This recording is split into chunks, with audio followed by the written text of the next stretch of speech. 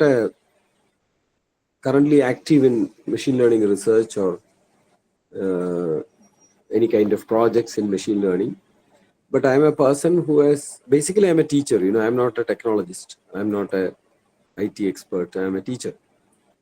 So what that means is, there is something you can gain from me, but that may not be what is required by you fully.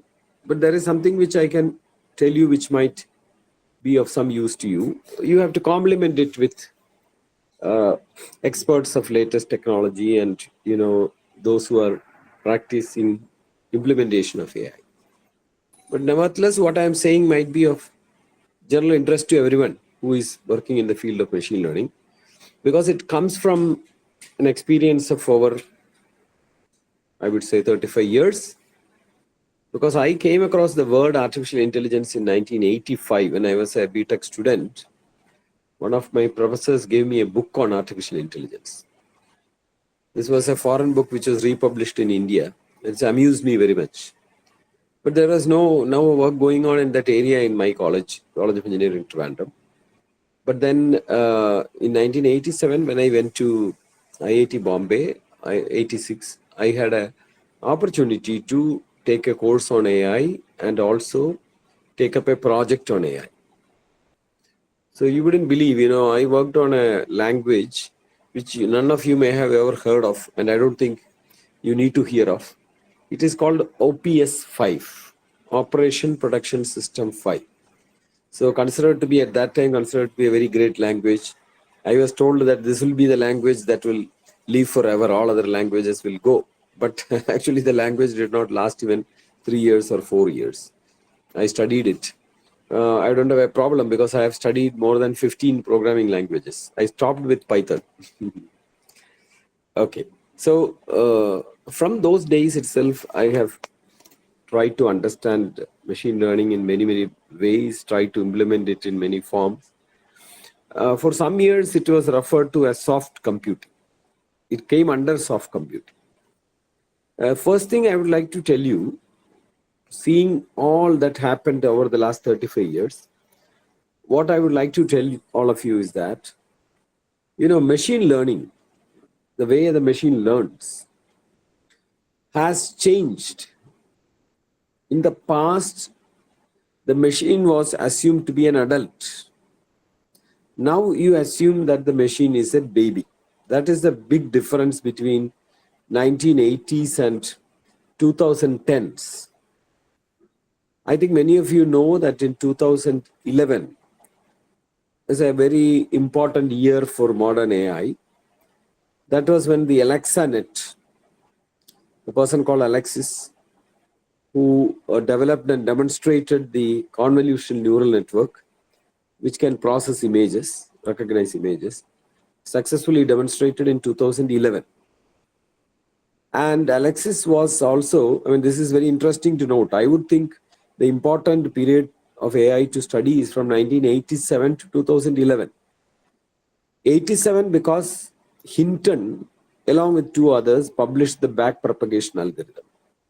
2011, when the backpropagation algorithm, with its modification for the convolution part, was implemented effectively and demonstrated in a very practical way by Alexis, who happens to be a PhD student of Hinton. They are related actually. 1987 to 2011, the events are related. And after Alexis demonstrated the CNN effectively, there has been a huge rush of work in the area. And in another 10 years, maybe 5 to 6 years, it was available for selected users, ChatGPT. But in 10 years, it became available for public. Now we are all using it and we all know about what is happening.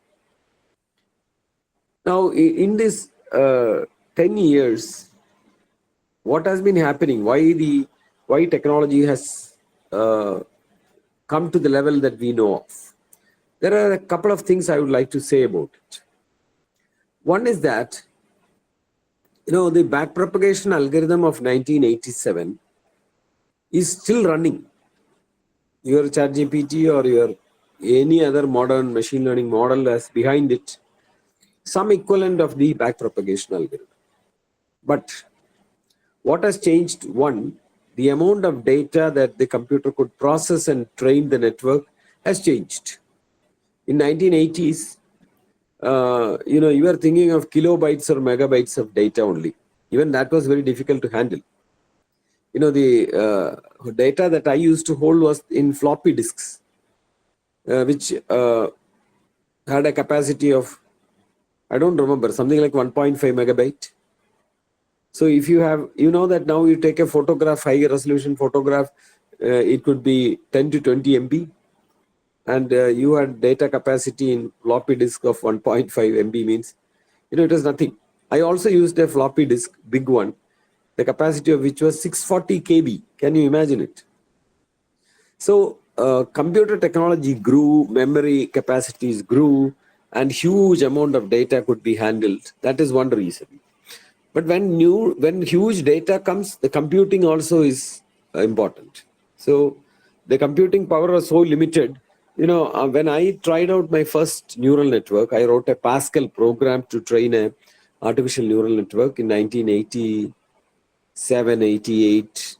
That time, the computer, the desktop computer took 3 months to converge with just 27 data sets, and each data set being only a few kilobytes, very small images, 27 images to learn. It took 3 months. So that is why machine learning did not take off. So it is not only the algorithm, but the availability of data, and now the computing power as with the NVIDIA processor, the computing power is unimaginably high so that you can handle things. Then these are the two important reasons. Number three is that even though the algorithm, the backpropagation algorithm I said remains intact, it still runs in all the machine learning platforms. I cannot say it just runs like it ran in 1987. A lot of things have changed. First of all, the algorithm has been very fine-tuned. A lot of small changes have happened. For example, how the initial random weights are chosen itself. There are many very clever techniques now. And how the network does not get saturated. There are many wonderful techniques to do that. And on top of all this, I would like to say, one very important thing that happened is, you have platforms like, for example, TensorFlow, which implemented a method called automatic differentiation. Now, automatic differentiation is calculating the change in the weights on the fly based on, live calculations. Earlier, you had to mathematically derive the weight change equations and compute that. But then, if you have large number of layers and you change the architecture of the machine learning system, then you have to sit down, mathematically derive the equations, and then program them. But today, that is not required. When your architecture changes, there is no computation or a derivation of calculus you need to do. But whatever be the architecture, the weight correction derivatives are calculated on the fly by the automatic differentiation algorithm. It's actually very simple. There is nothing we cannot understand there. So these three changes, that the capacity of the memory increased, the processor increased, and the way that the backpropagation algorithms weight correction is computed became on the fly, live. These three things suddenly enhanced the machine learning world. Now, the most important other point, which I already said, I will explain to you. Earlier, computer was treated as an adult. Now the computer is treated as a baby. I will tell you what the difference is. Think of how, I'm sure all of you sitting here are adults. Think of how each of you would learn a new language. Suppose I ask you to learn a new language. We approach we approach it in a very artificial manner. We buy a textbook, we start reading, we start writing the alphabets, then learning a few words, then try to speak to friends. then learn grammar sometimes, listen to lectures, take test papers. But friends, I would like to, all of you to recall your mother for a moment. All of you, can you remember your mother? We were all brought up by our mother, and our mother happens to be our first teacher also. And the most important subject she taught us, other than love, was your mother tongue. And how did she teach? She did not provide a syllabus. She did not give lectures. She did not give assignments. She did not put test papers. She did not certify you. But she did something very strange. She kept talking to you in the mother tongue. The moment you were born, she kept on talking to you, even though you did not respond. You possibly did not even hear, but she kept on talking. Not only she, all people in your family, all friends who came to visit you, they all kept talking to you in the mother tongue. And gradually you picked up the language without any formal lectures. This is the model that machine learning has adopted in the last 20 years. Earlier, I actually am very surprised to see that many universities still try to teach in the artificial intelligence paper. They teach how knowledge is represented, how the knowledge network is searched, predicate logic, predicate calculus, how grammar is to be programmed. But actually all of that are belonging to the 50-year-old tradition of trying to teach the computer as if it was an adult. We shouldn't teach how in fact, I was a person who tried to study AI like that. When I went to study for my MPhil in Cambridge, I was asked to write, first of all, a parser in the language Lisp. A parser which can take a sentence and divide it into parts of speech and organize it in a particular format.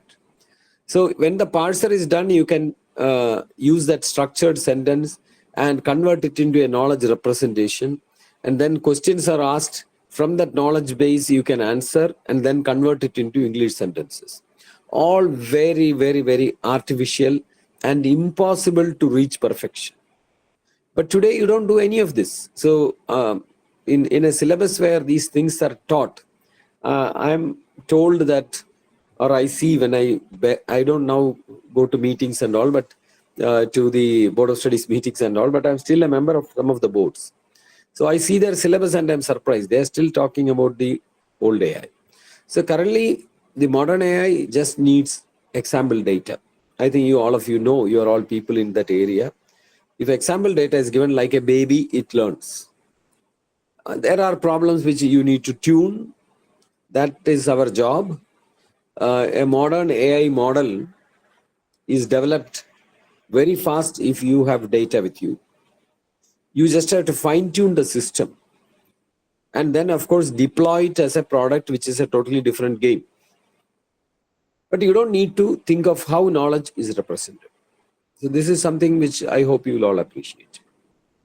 Now, the next point I would like to say is that earlier there was a concept that you have an input, you have an output. How to match the input and the output with a standard set of calculations, which typically you write as y is equal to wx. How do you compute w so that your y is equal to w into x? That is a basic machine learning problem. Now, very interestingly, with packages like TensorFlow, this equation can take Jejendanic forms. If y and x and w are scalars, it's a very simple equation. But if y is a 3/6 matrix, w is a 3/6 matrix, and x is a something like 3/3 matrix, then earlier you had to change the program. But the advantage of TensorFlow is that if you have a basic equation relating two variables, even when the dimension of the variables change, your program need not change. That is why it is called TensorFlow. This is a great convenience for a machine learning community.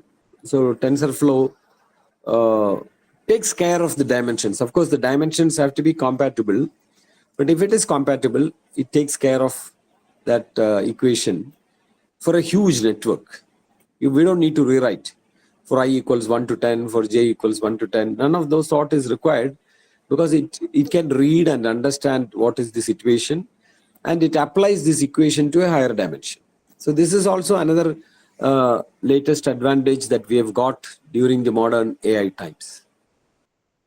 So that plus automatic differentiation makes life of a machine learning developer very easy. We don't need to go into mathematics.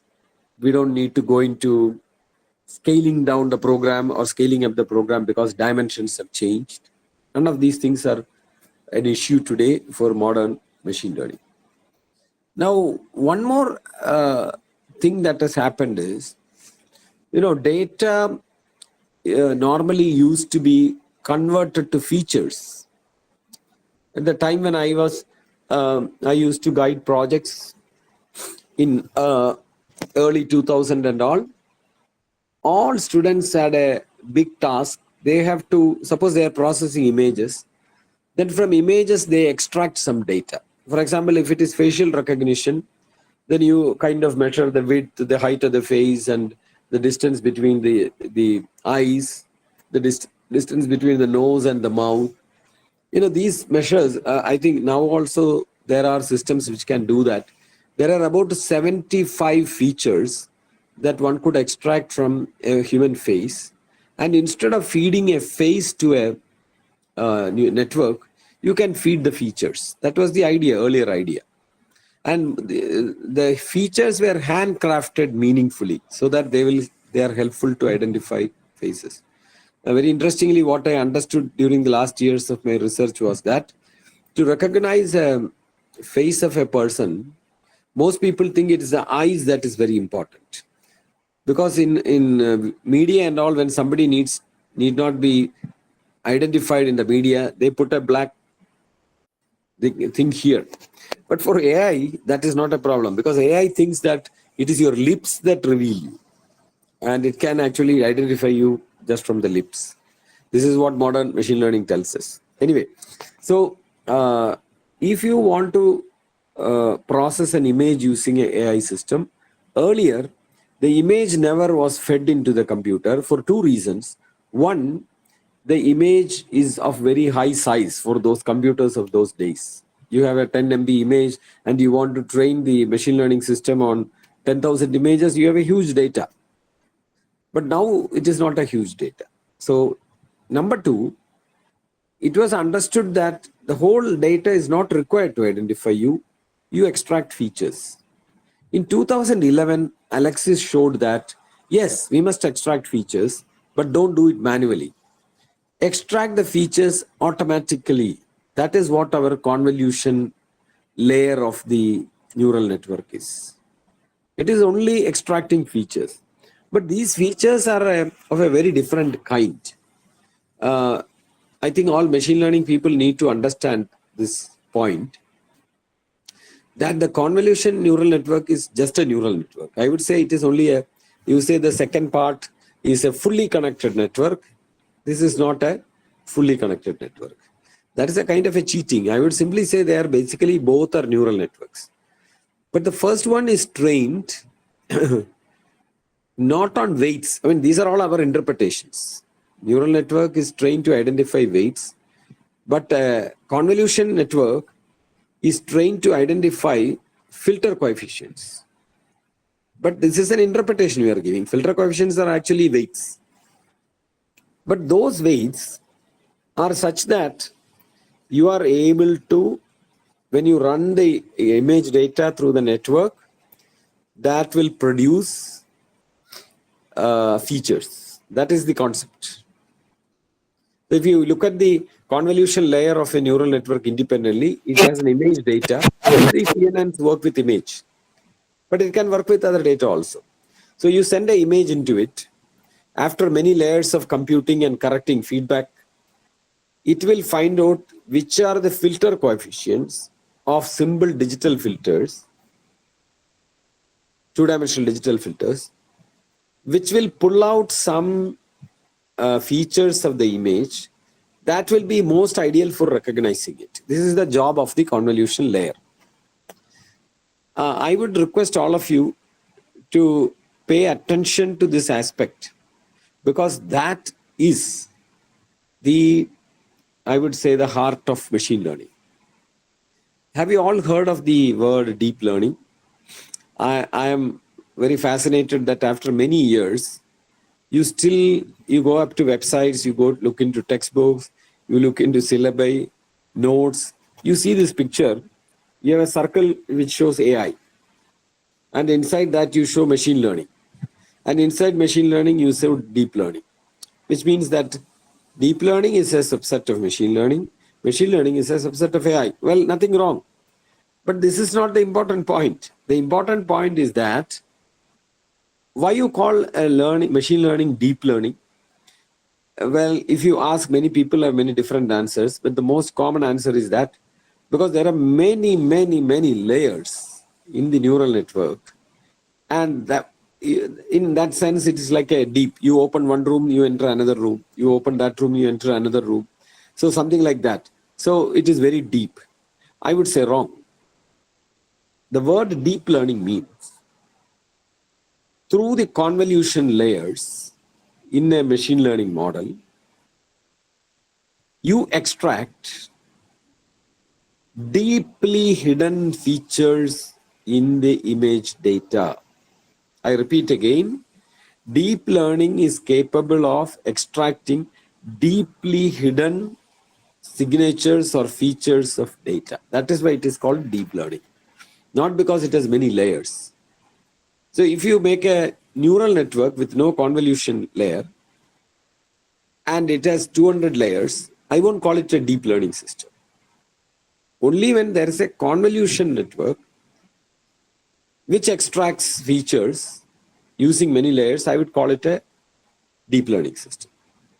Now, what do you mean by multiple layers of multiple convolution layers? My interpretation and my understanding is that multiple layers of convolution network means the first layer extracts some feature. The second layer extracts features of features. The third layer extracts features of features of features. And the nth layer attracts features of features of features of features of n times. That is what makes AI very, very powerful. So what is the interpretation of this is, for example, when a CNN has data collection camera focused on my face, our assumption is it is looking at my face, seeing that I have some gray hair here, I have no mustache, my eyes are quite lean, my face is a bit too tall compared to the width. No. Those are very ordinary features which human beings use. But a convolution neural network extracts highly hidden metaphors from your face. Excuse me for using a Malayalam word for this. നമ്മുടെ മുഖത്ത് നോക്കിയിട്ട് camera CNN backed ആയിട്ടുള്ള camera കാണുന്നത് എന്താണെന്ന് വെച്ചാൽ നിങ്ങളുടെ മൂക്കിന്റെ നീളമോ കണ്ണിന്റെ നീളമോ പൊക്കോ ഒന്നുമല്ല. പകരം നിങ്ങളുടെ മുഖത്തടങ്ങിയിരിക്കുന്ന നിഗൂഢമായിട്ടുള്ള ചിഹ്നങ്ങളാണ് അത് വലിച്ചെടുക്കുന്നത്. നിഗൂഢമായിട്ടുള്ള ചിഹ്നങ്ങൾ, very secretive artifacts hidden in your face are being extracted. If any one of you are in the habit of studying what these features are, I told you that the convolution neural network extracts features. Now, if you can take that feature maps, they're matrices, they're called feature maps. So if they are big feature maps, you can actually consider it as an image and plot it. And if you plot them, you will find that they look very strange. They are not related to, for example, if we take our face and give it to a convolution neural network, train it with a convolution neural network, and extract the deeply hidden layer feature maps, you find that they are not humanly recognizable. My face becomes a very strange image which no human being will relate with me. But AI precisely relates with me. And there is also this concept that, for example, my face is recognized by an AI system. Afterwards, I turn my face like this, I turn my face like this, I turn my face like this. Still understands me. Or the light is a bit reduced, it still understands. Why? Because it is not looking at your face. From your image, it extracts deeply hidden artifacts. And the speciality of these artifacts are that some of these artifacts do not change when your posture changes. Some of the artifacts do not change when the light changes.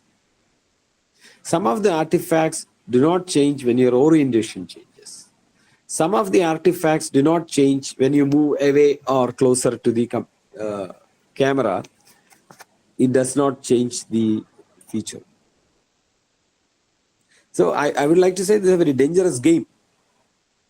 That means even if you make up, you put mustache, you dress up as somebody else, still able to understand you. Now, are there not human beings who can do that? Yes. So when we go to watch a movie, our favorite actor comes, but dressed up as somebody else, but you immediately recognize. The moment he makes an entry, we recognize. Because we are also capable of extracting some features that are not very visible or not very direct, but indirect.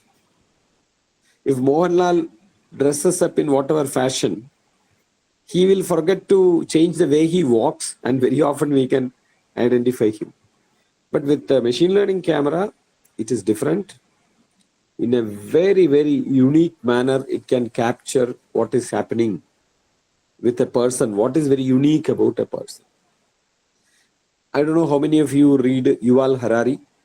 Yuval Harari is a very famous writer. If anyone of you haven't read, please do read Homo Deus, Homo Sapiens, 21 Lessons for the 21st Century, and now the latest one, The Nexus. All of them are worth reading.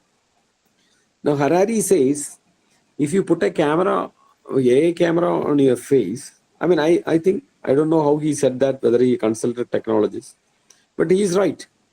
So you put a camera on your face, it can tell things about you which you don't know. That is what Harari says. Things about you which you don't know, it can tell you.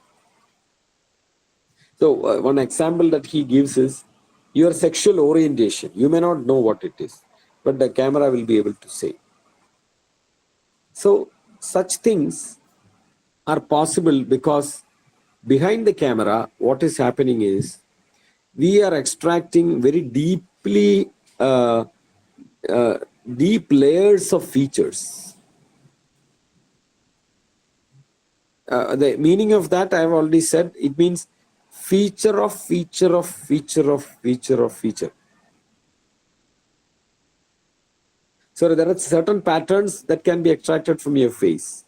Those patterns have another pattern which can be extracted from it. So you go on to do that many times, you get deeply hidden features.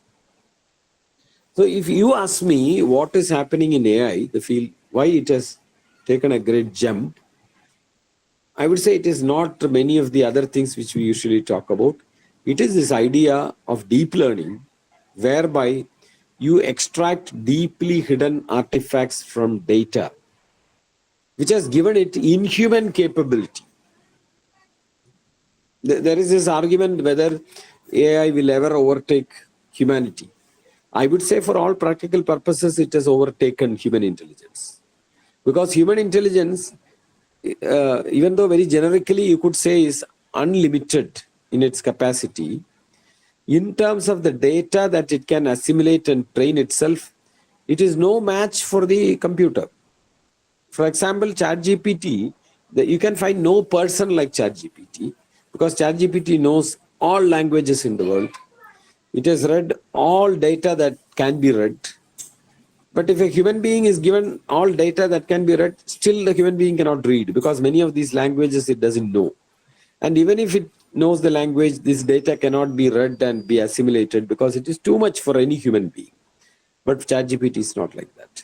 ChatGPT can artificially extend its memory capacity, and it has no other job, it is no boredom. So you ask it to train, it gets trained on anything. That means it has already overtaken the human intellect. I will not say perfectly, but in many, many ways. Many, many ways it has overtaken the human intellect. So this is the situation where we are. I believe that I just heard a bit of the speech going on just before I joined. I think that the basic challenge of machine learning has been addressed effectively. How does a machine learn? Machine learns like a baby. You provide data and you have an algorithm that has been fine-tuned many, many times. And you simply have to get a standard machine learning model to solve your problem. Your task is merely to tune the parameters so that the model works in the best possible manner. Once that is done, then there are many other peripheral issues. One is how do you deploy this?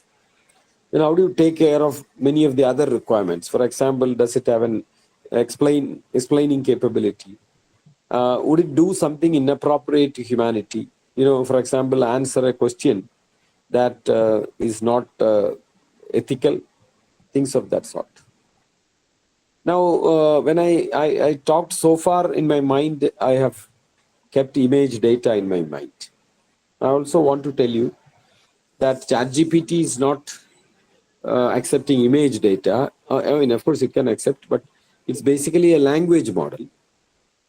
And in the language model, we have one more innovation that has happened in recent times. I would say a statistical innovation, whereby we have taken the word as a very basic token in language processing, not the characters or at any other level, but a word. And the coding for the word, I would say, is a great innovation in AI field. Word could have been coded digitally by very standard means. You have a digital code for each word.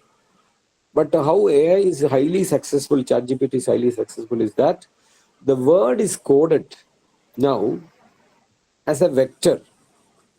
And I think many of you know it is called a word to vector. And very interestingly, how that vector is arrived is you have the algorithm whereby you take one word as input using some digital coding, and the output is surrounding words, also coded digitally. For example, if you have the sentence, I love you, and you want to code love, you take love as input and I and you as output. Now, the love, I and you are all converted to digital codes, some kind of code, like one hot encoding or something like that.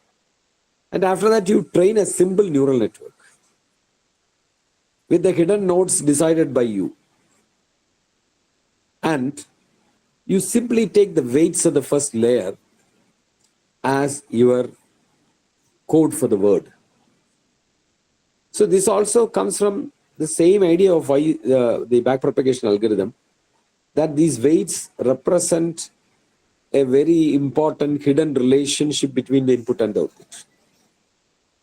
So those weights are taken as a vector. This is variable. You can create a AI system where words are all coded with vectors of size 5. If you want, you can make it 2. If you want, you can make it 10. All of this is possible. That is a very, very clever idea. Language processing has changed from what you have seen for the last 50, 60 years, simply because you have a very wonderful, meaningful, clever way of coding words. The context of the word is also coded along with the word. That is the meaning of it. So when you train, a large set of data is used for training and these words are extracted, each vector becomes a repository of language knowledge. Very clever way of capturing the language.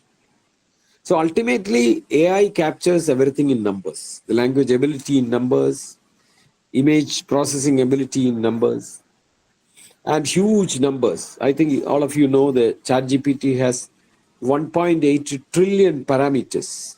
1.8 trillion, which means 1.8 lakh crore parameters.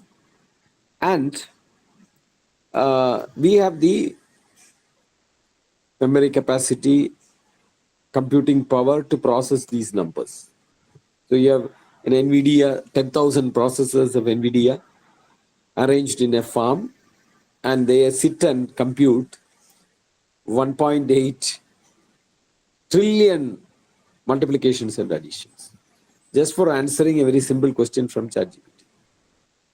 Now, I also want all of you to remember, when you look at a machine learning model, whether ChatGPT or Perplexity or whatever it is, you must amaze yourself by thinking that all that is happening after training is your data is converted to numbers given to the system, and the system is simply multiplying and adding a large number of numbers, parameters, combined with your data, input data, whatever question you asked or what image you gave, that is mixed with the weights.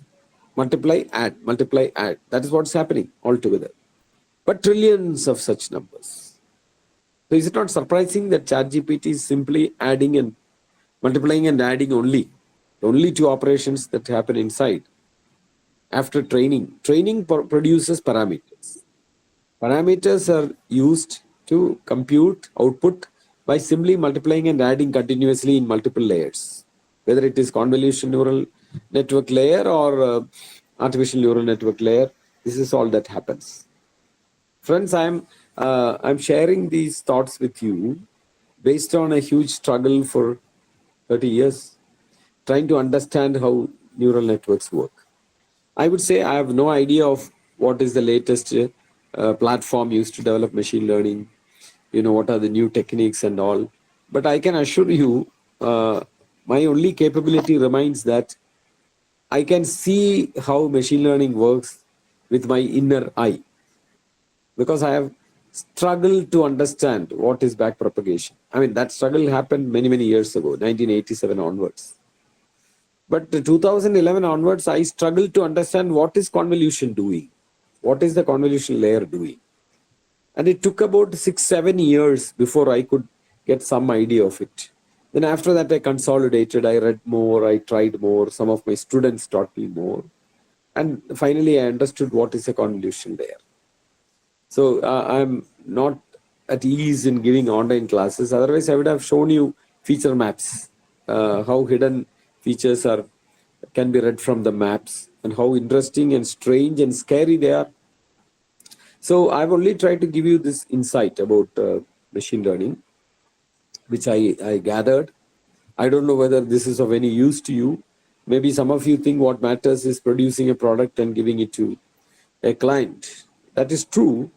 But when it comes to addressing certain issues, if you do not know how it works and how basically what is happening inside, we might sometimes be at a disadvantage. Not always, but sometimes. So during those times, maybe what I said is useful to you. I will say a word about convolution also. Give me a 2-minute break. I will be back. 2 minutes. Just let me have a sip of water.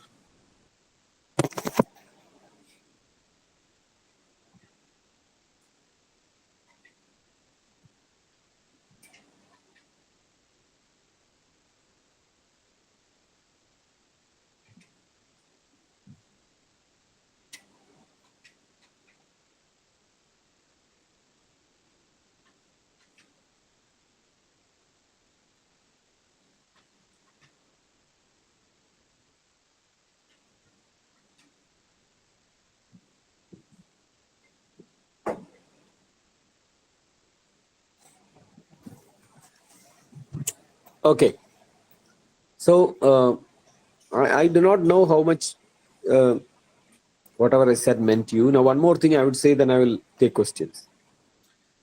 The idea of convolution itself is a very important as well as very interesting, amusing thing. What is convolution? Unfortunately, we are taught in a very uh, mathematical manner. And I studied convolution. I studied it along with signal processing. 35 years ago, I studied it. But you are told the convolution, you have a series digital signal with xi, I is equal to 1 to n, and yi, I is equal to 1 to m. That is the way it was taught. But basically, convolution, when you are talking about images, you basically confine yourself to image data. Don't talk about very general. And one-dimensional convolution is not at all very interesting. Two-dimensional means suddenly pictures come into play, and we are all happy to look at pictures. So, what is convolution? If you ask me, I would say it's a particular form, simple, direct form of multiplication of matrices. Why I say simple? Because if you multiply matrices, we know that the row and column needs to be multiplied. No, here we are not thinking mathematically. We are thinking very simply. You have one 3 by 3 matrix, another 3 by 3 matrix. A simple way to multiply them is you put one matrix on top of the other and then multiply the corresponding values which are in the same cell and add them together, you get one number. That is convolution.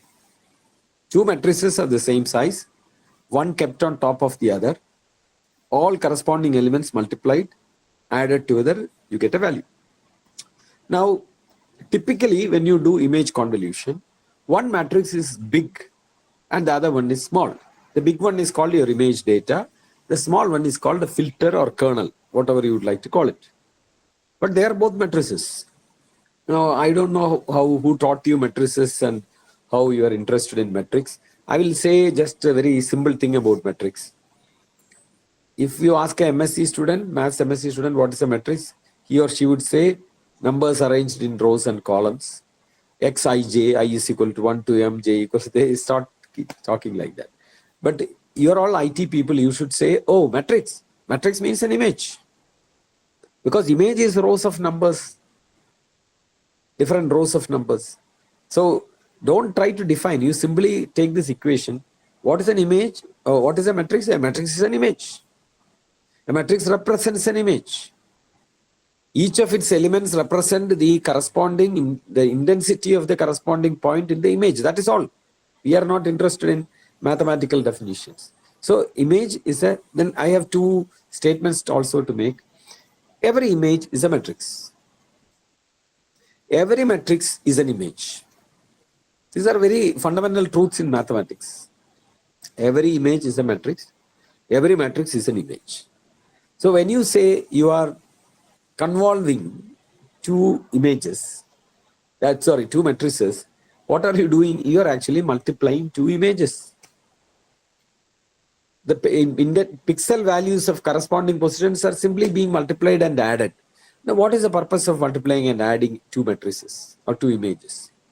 Well, imagine a big matrix, imagine a small matrix. So that cannot be multiplied because you put one on top of the other. One is very big, it doesn't cover. So what do? Well, you multiply that small corner values and then slide the small matrix 1 pixel. Then again multiply, produce one number, slide, slide, slide. So after you finish the first row, you push down 1 pixel and then again slide. If you multiply like that, you produce another matrix. That matrix is the convolved product of these two matrices. Now, what is the fun of doing all this? Well, think of an image of a face. Think of a small image of an eye. Now, I take the image of the eye, put on top of the image of the face, and multiply and keep shifting. So at every position, you get some values. But when you gradually come to the position of the eye, what happens? The image has an eye and your face also has an eye. When they overlap, there the values are going to correlate very much. And when the values correlate, the product is going to be high. At other positions, the one point of the big image is high, but the small image could be low. So when you multiply that, the effect goes off. But when they match each other, the values are high. What does this mean? I'm simplifying, but I'm trying to tell you a very important message, that if you convolve a big image with a small image, the small image will find out whether that small image is there in the big image. That is the physical meaning of convolution. If you convolve a big matrix with a small matrix, the product will be high where they match, and that means convolution is capable of extracting features.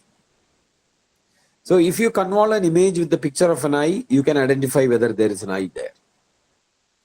If you convolve an image of a face with that of a lips, then you can identify whether there is a lip. Now you can do certain other things so that the scale and the orientation also can be taken care of. So those who learn this, those who want to get an insight into convolution neural network, what I would suggest is, of course, you go on developing systems and all. It doesn't require you to know all this. But if you want to understand deeply what these mean, what you have to do is, on paper, using pen and paper, you create small artificial images and create small filters, matrices. Convolve them manually and convince yourself that a convolution is actually an extractor of features. This can be done. As I said, I don't enjoy online classes because if I were facing you, I would have come with some paper. I would have come with a small kind of puzzle about convolution I have made, and I would have made you do it. Only then you will really appreciate. Listening is not the thing to do. I suggest the backpropagation algorithm also. I think every student should sit down and with paper and pencil and compute the backward propagation derivatives for 2-3 cases and then forget about them. There is no need to remember them.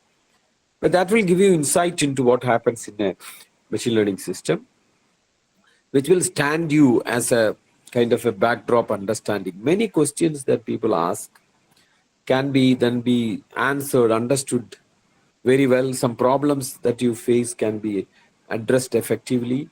This is what I feel. Before I let you ask questions, I also want to tell you, see, even though I sounded as if I have an insight about machine learning, I must tell you what I feel. Every day I ask ChatGPT to answer something or create a picture.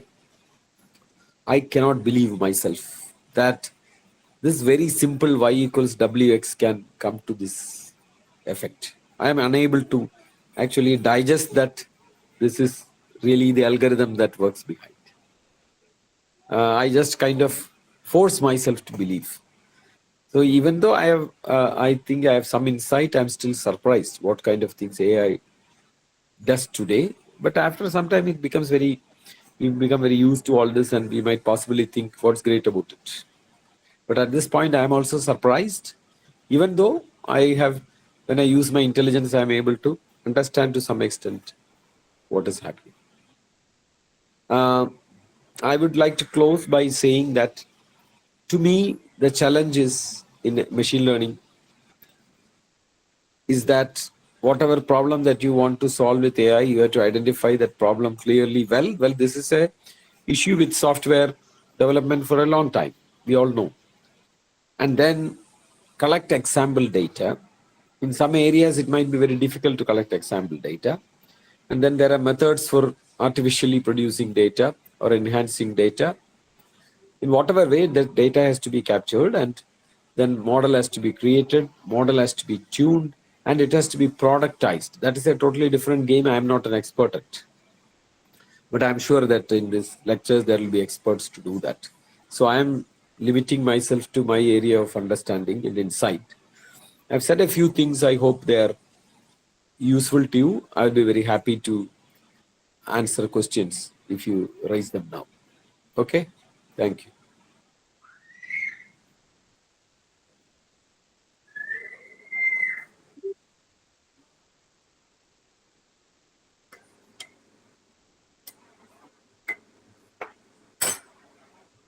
Organizers, please help students to ask questions. I cannot read. I will have to take my spectacles to read, but you can come on audio and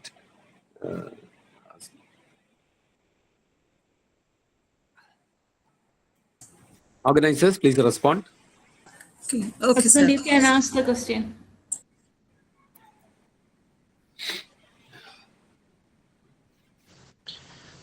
Am I audible, sir? Yes, you are. Please introduce yourself. Sir, my name is Ajmal Zamadi. I'm a research scholar at Department of Computer Science. Thank you so Please. much, sir, for the wonderful insights. I have a question. In Yeah. this era of AI, when things are changing so dramatically and quickly, Yeah. AI is taking on multiple careers. According to you, sir, what will be your advice for the young people to take as a career advice and stay relevant? Is your question aimed at the loss of jobs with AI? Yes, sir. Mostly software engineering, QA, testers. These jobs are already taken by in multiple companies by AI agents.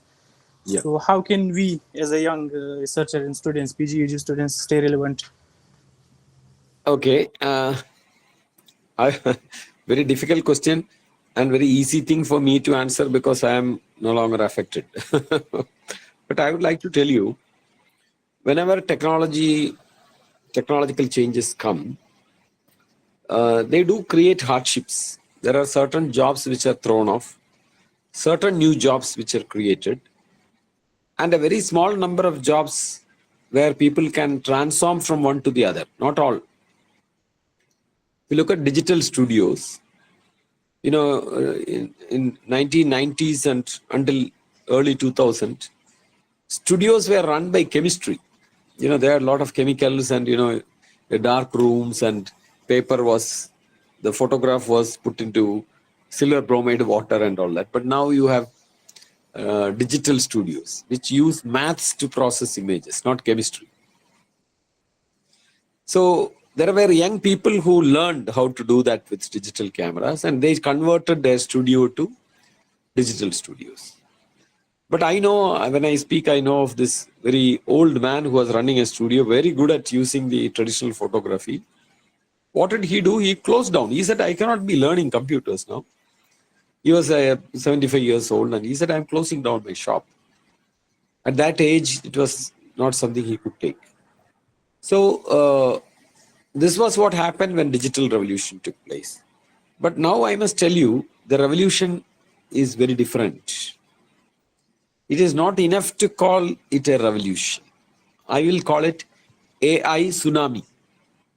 It will come and hit hard and break many things, unlike the digital thing. Digital revolution was more kind. It will throw people off job, not only in IT. Teachers would be thrown off job because we could have a robot coming to the class.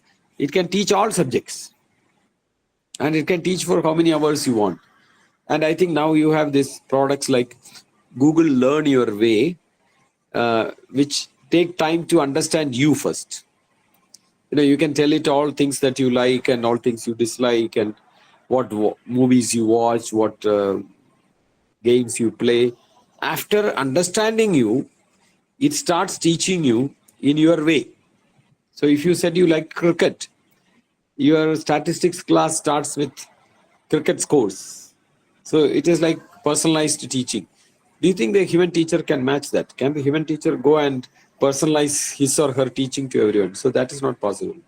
The home nurse would be replaced by a humanoid robot.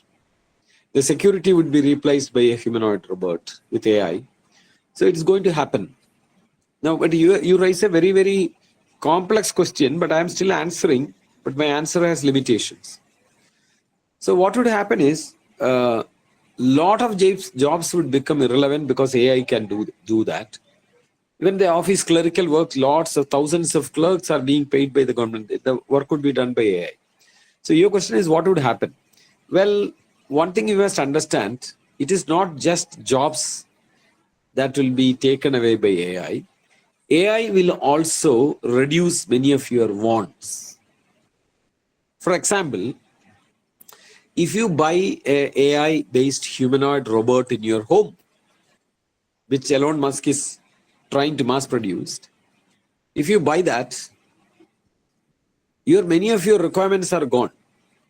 It will wash plates, it will make dosha, it will do gardening, it will be your security guard, it can sing for you, it can press your legs. If you are not, if you are aged, you cannot move, it will lift you and take you to another room. These are the kind of things that are awaiting us. So when a robot is going to help you with such things, where is the need for the job and the money? These may not exactly match, but what I'm saying is gradually your requirements also are taken off by AI. We are going to be able to produce food at very, very cheap rates because, you don't need large farms to produce food anymore. When small patches of land, robots can go and find out, they can do gardening there and they can produce food. So there will be a time when government would provide you with free food and you have a service of a robot at home which does things. Then the question comes, who needs a job? But job is not just for money. You like a job because you have some purpose in life. You go to an office, you have friends, you share with them, fight with them sometimes go sit with them. All of this is a part of life. Now, young friend, what I would like to tell you is now, what is the solution? Well, the solution in Kerala, where are you from? The person who asked the question, where are you from? Sir, I'm originally from Afghanistan. In Afghanistan, my solution may not work, but in Kerala or Hindustan, it works. The solution is go on strike.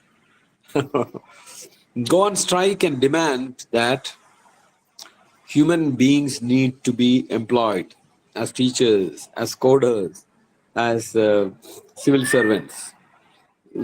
Possibly what we say is we don't need the same job and the same kind of money, but we need an engagement. So we will be there so you could possibly say 50% for human beings, job for human beings.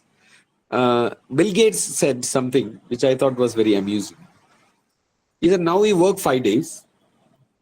Bill Gates is, you see him as an old man, but I saw him, he's slightly elder to me, but I remember him as a very young man, great programmer, not as a businessman. He was a person who wrote the operating system for the personal computers long ago, even though he never passed the degree. But later he became a very successful businessman. That is because he was a techie as well. Anyway, so recently he said, we now work 5 days and have 2 days holidays. He says after AI takes over, we will possibly work, but we'll work for 2 days and we'll have 5-day holiday. So these are some of the wild thoughts that I want to share with you. They all may not be completely acceptable or true, but these are my thoughts after being in the area, thinking about this. And some of you may know that I speak more to ordinary people than technologists. So they ask many such questions. From that, lot of thoughts come. So I've shared some of those thoughts with you. How is life in Afghanistan now? Are you happy? Thank you so much, sir. I'm here for the last 5 years, so it's kind of okay, sir. Okay. So I hope that everything goes fine. Even if there are restrictions, I'm still hoping that you will be a happy person. You are able to spend time with your family, do things which make you happy. Okay. Thank you so much, sir. Thank you.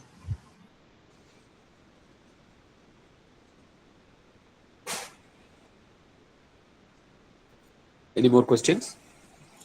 Can I please ask you a question? Please do. Please Sir, introduce yourself. you have learned music also, right? Yeah, I have. Could you apply in any way to mix two ragas or synthesize a new raga, or at least make an attempt of it or think of it in terms of reality? First thing I would like to tell you is you have tried Suno? Have you tried the app Suno? No, sir, I have not. Suno can, for example, you ask it to write a song against any government. Oh. And say write a poem and then tune it in Indian style and give it best. Now I would call your attention to project done at Georgia Tech, Okay. where an Indian student has developed a robotic arm. This robotic arm is, of course, driven by AI. And like your ChatGPT, it takes a prompt. So this boy who developed it is an Indian person of Indian origin. He sits in front of that robotic arm and he prompts the robotic arm. How does he prompt? He has a violin in his hand and he plays a raga. He plays Shankarabaranam, raga Shankarabaranam, a Okay. bit. And then this robotic arm is continuing to play that raga very beautifully. In fact, I have shown this in many events, and I've said that ChatGPT gives us a essay or writes a scientific proof or Python code is not what is most impressive. What is most impressive is that it can play a violin and it can play Indian music, very sophisticated, very subtle Indian music it can play. Okay. So it has already been done. Now your question as to whether it can generate a new raga, yes. I have actually tried that. There is a raga called Kadana Kuduhala. It's a very funny raga. I think some of you must have heard of that raga also. Raghuvamsha Sudham Buddhi Chandra Shri Raghuvamsha Sudham Buddhi Chandra Shri Rama Rajara Jayeshwara Raghuvamsha Sudham. So the speciality of the raga is it is based on the raga major diatonic scale, Shankarabaranam. But what it does is on the rise, it skips 2 notes. I see. Okay. Sari, sari, ga, da, sari, ga, pa, da. I don't remember which note it is. Ga and pa it skips. Sari, ma, da, ni, ga, pa, sa. So actually, instead of saying Sarigama Padani, it says Sari Gada Sari Sari Madani Sari Madani. You're skipping 2 notes. Then you come back and finish that note. Sari Madani Gapasa Sanidapa Magarisa. So this is called a Shankarabaranam. So I asked it, oh, look at this raga with these notes. Can you make something like that but different? It made. I've given it to a musician. I'm not a great musician. So I've given it to a musician to see if they can make a song with it. So I want to tell you its ability to do even very high level creative work of human beings has already been tested. It is surprising us. Pictures, I asked it to draw a picture of Lord Jesus talking to Lord Krishna. I first asked it to give a dialogue. It gave a beautiful dialogue. Afterwards, I asked it to draw a picture. It draw the picture of Krishna and Jesus sitting beneath a tree, and it drew the tree with one branch having leaves of banyan, which means the almarathil enna parayunnu English banyan tree. Ficus. Which is Ficus. Ficus. Ficus. Ficus. Ficus. So, ficus. So this is a tree. Ficus. Okay, FYCUS. Ficus is a tree associated with Lord Krishna. And on the right side where Jesus sits, Olive. the leaves are that of olive. Related to Jesus. So, this is like beyond imagination how somebody can be so clever as to. I did not ask about all these things. I just said, show a picture of them sitting together. Then it draws a picture like that. So I would like to answer you that it can handle music of highest sophistication. Of course, ChatGPT doesn't sing, but there are other softwares which can. But if you ask it to do anything textually about music, it does well. If anyone of you is interested, I can forward the clip of mine. There was a generative AI conference recently, I was asked to speak. I usually speak, but this time I said I won't speak, I will sing. So what I sang was, I asked ChatGPT to produce a Carnatic composition. I tuned it and sang there. Actually, many people were so surprised. They couldn't believe that it was written by ChatGPT. Of course, the prompting really matters.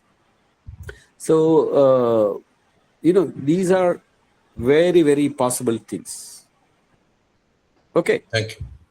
Thank you, sir. Thank you very much. Where are you from? Where are you from? I am from Ernakulam, Rajagiri School of Engineering and Oh, Technology. I've come there many times. Thank you, sir. Okay. Good evening, sir. I have a Yeah. question. Yeah, please introduce yourself. Yeah, my name is Rohullah. I am also a research scholar in computer science Where department. are you from? I am also from Afghanistan. Okay. Okay. Assalamu alaikum. Alaikum salam, sir. Tell me. So my question is, will AI will be like dangerous for the human being? And if so, how human being can prevent from danger? Okay. Well, very simple and relevant question. Answer is yes. It can be very dangerous. But we must remember the kitchen knife. We all use kitchen knives. Which help us cut cucumber or onion or potato. That can become dangerous. If you take that and stab somebody, it suddenly has become very dangerous. But it doesn't happen in any of our homes. But there are many places where it happens. So any technology can be dangerous. AI is also dangerous. AI has the potential to be dangerous. I will say only one example now. Looking at face and extracting hidden features. I already mentioned about it earlier. I mentioned it with an academic mind. But let me tell you, extracting hidden features from the face of a person is dangerous. Will violate the human right of that person. For example, the minister puts a AI camera in the meeting room. ചില പ്രത്യേക തരം രാഷ്ട്രീയക്കാർ അത് കിട്ടിയാൽ സന്തോഷിക്കുന്നതാണ് എനിക്ക് തോന്നുന്നത്. അവരെ എതിർക്കുന്നവരാരെങ്കിലും അവിടെ ഉണ്ടോ എന്ന് കണ്ടുപിടിക്കാനായിട്ട്. You put the camera, it identifies all, looks at the face of all people there and tells the minister, these are people who have protest against you. They don't like you, but they're simply sitting quiet. So that can be read by the camera. Then another is that, there are two people studying in the same class, young students studying in the class, and if a camera can tell a girl who are the boys who have a crush on them, that also is a problem. So reading the mind is a basic human right violation. People should be left to think whatever they want. Acting is a very different issue, but they can think whatever they want. So this is one example of how AI can become dangerous. Another is when human beings start interacting with AI for a very long duration, it is going to affect the mindset, the behavior of human society itself. Because we have never interacted with machines which look like human beings. I think many of you know that ChatGPT can act in very strange ways. For example, if you ask it, oh, please act as my girlfriend or boyfriend, it will do. So, but it is a machine. So that kind of behavior experiences will affect humanity. I also foresee that there might be people who might think it convenient and stylish to marry humanoid robots instead of marrying human beings. I don't want to go into the details, but jokingly, I would like to say one great advantage is that if there is a fight, you can just pull out the battery and let the robot go idle for a few days until you organize yourself to back to normalcy. But jokes apart, a robot coming and living amidst us is going to be a huge concern. I'm not sure what exactly would those concerns be, but I'm very sure that there will be long-standing impact on the human society. Okay. Yeah, thank you, sir. Sir, my other part was like how to Yeah. prevent like from this danger. Yeah. Basically, human beings wouldn't simply just watch some technology doing some nonsense. We have to constantly be alert, study, and warn, and sometimes demand action against these things. I foresee that the government will each government will bring law to regulate the use of AI. Already it has started. United Nations has proposed a model law, and soon our country also would have a law to regulate AI. So robots cannot simply be doing anything. There will be certain rules by which they will be governed. There will be registration for these robots, and their behavior will be audited. Just like we have vehicles, they have registration, insurance, and they are taken to the pollution check once in a while. So like that, the robots will also have to have registration, insurance. They will be taken for some regular checks, whether their software is ethically correct, things of that sort. So that is some ways I see that they will be managed.